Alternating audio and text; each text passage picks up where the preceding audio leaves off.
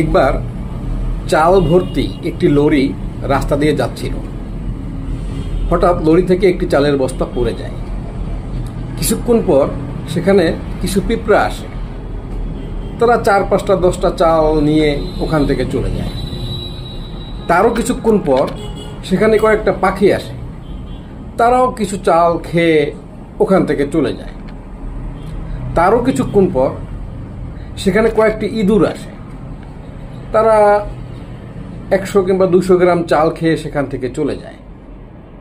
এর কিছুক্ষণ পর সেখানে কিছু গরু আসে। তারাও 4-5 কিলো চাল খেয়ে ওখান থেকে চলে যায়। পরক্ষণে সেখানে একজন মানুষ আসে। সে এসে পুরো চালের বস্তাটা নিয়েই চলে যায়। মোরাল অফ দ্য স্টোরি হচ্ছে, আমাদের সমাজে অনেক মানুষ আছে যার অনেক কিছু থাকা সত্ত্বেও তার চাহিদা শেষ হয় না, অথচ প্রাণীর যতটুকু প্রয়োজন সেটা শেষ হলে তার চাহিদাও শেষ হয়ে যায়।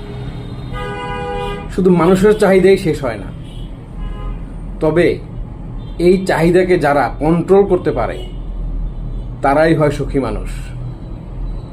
ভালো থাকবেন। Take care.